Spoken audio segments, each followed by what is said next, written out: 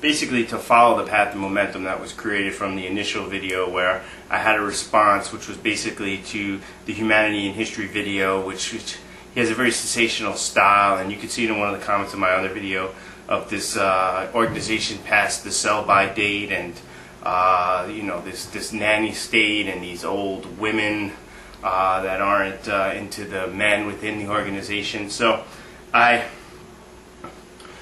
those comments are further indicative of what I guess kind of propelled me to do the initial video, especially at the same time which was happening, was that I was becoming in direct contact with a member of the Jehovah Witness community. So that contact is still continuing. Somewhat guarded in my contact with this individual, also because I don't know how to have like a free and open debate with him. Pretty much gonna show a little bit more of my position as time goes on with him. But I did receive the book that he mentioned to me. It's called Mankind's Search for God, and this book stems from originally a relation to him that I'm interested in many different religions, and that I have a particular affinity to Buddhism and meditation. So, and I immediately read the content on the Buddhism area, and I was immediately rubbed the wrong way by some of the content in here. Basically, we're talking about the second page of the Buddhist chapter, and already the first heading is a question of reliable source, and it goes into just basically talk about the Buddhist tradition being, that the sources and the information in the canon are questionable, and that's fine if that's your belief and all, but this is a book on the supposedly a book on our search for mankind. I mean, this book is misrepresenting what's inside of it and what they're presenting, and it's clear, that this book is trying to destroy the positions of other religions, and it's not done in any kind of open-minded context. And this kind of holier than thou, I'm right and you're wrong mentality was probably the first thing that pushed me away from a lot of organized religion in my own personal life. But it's really not that. It's just more of a personal intimation, and I will see if I can find time to address that more directly. The thing that I did want to say coming out of this book was, well, first I just wanted to read to you this passage. That is chapter 11, Apostasy, the Way to God Blocked. And it says, first of all, they call Christianity Christendom, is the term they use here. It says, why are Christendom's first 400 years of history so important? For the same reason that the first years of a child's life are important, because they are the formative years when the foundation is laid for the future personality of the individual. What do Christendom's early centuries reveal? I'm going to turn that phrase and that quick evolution of what they're saying and how they're presenting the idea of looking at the early days of Christ, and turn that on their head and just go right to the part where we talk about the early days of Jehovah Witnesses as an organization. The founder of this group, Charles Taze Russell, who is described as a zealous young man, and in the year 1870 he began to ask many questions about Christendom's traditional teachings. I'm sure he wasn't using the term Christendom at the time. He worked in his father's haberdashery in the bustling industrial city of Allegheny, which is now part of Pittsburgh, Pennsylvania, USA. His religious background was Presbyterian and Congregational. I looked up to see a little bit about what was going on in this situation. We have 1870 United States was a time of the Reconstruction. A lot of these southern states were being readmitted back into the Union. We had Texas, Virginia, Mississippi, and then finally Georgia on the latter half of the year. And then the 15th Amendment was passed that gave blacks the right to vote in this country.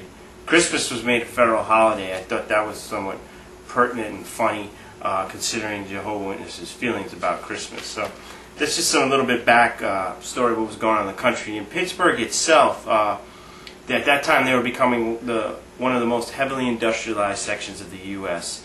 Half of the iron and half of the glass was coming out of the Pittsburgh area.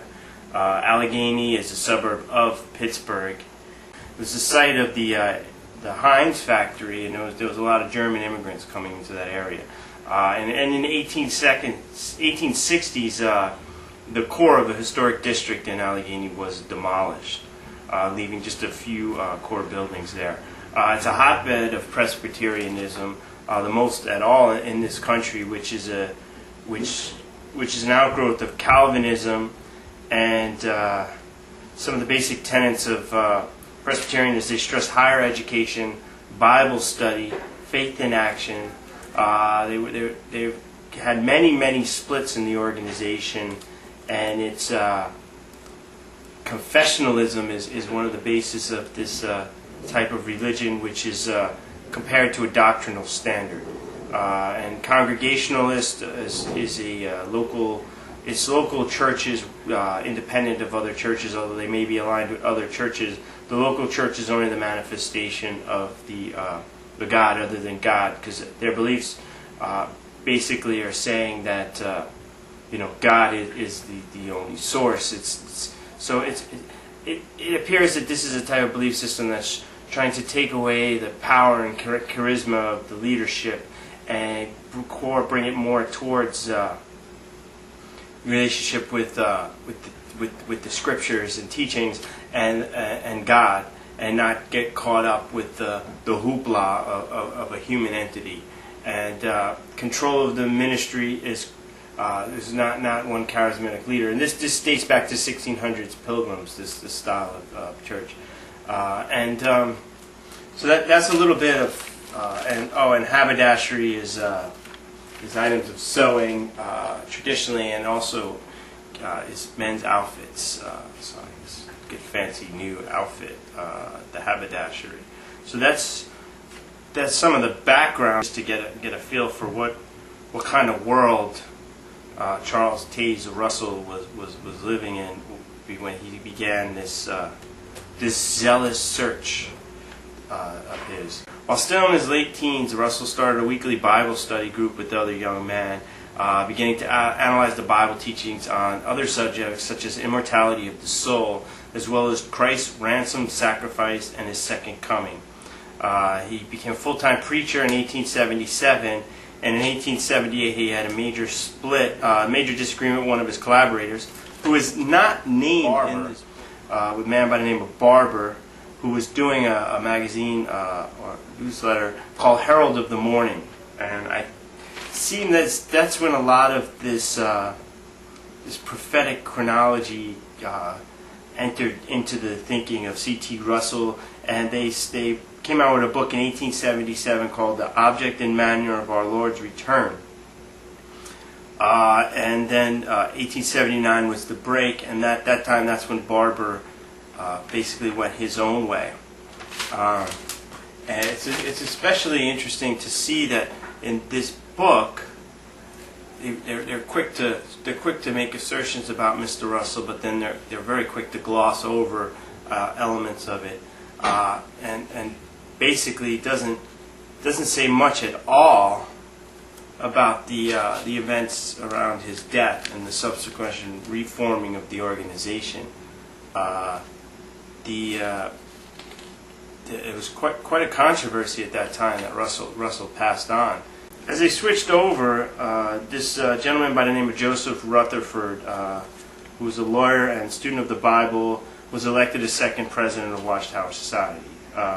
With a dynamic personality and could not be intimidated, he knew God's wisdom had to be preached. Okay, so there was a major break at this time, and there was a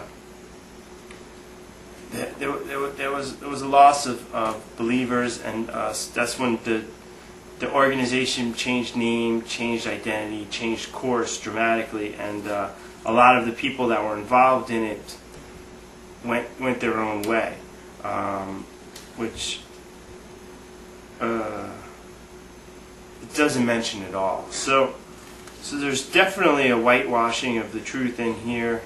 You're not going to find out all of the information if you just read their information. So I mean, why would I trust them on some of the comparative religion stuff when I can't trust them on their own history? So that's just a red flag. It makes me wonder now, if you have an organization that's telling their people to only read their books, and then their books are not holding up to what is basically understood as truth, it's generally extremely suspect in terms of how much we can put into the credence of what they're asserting.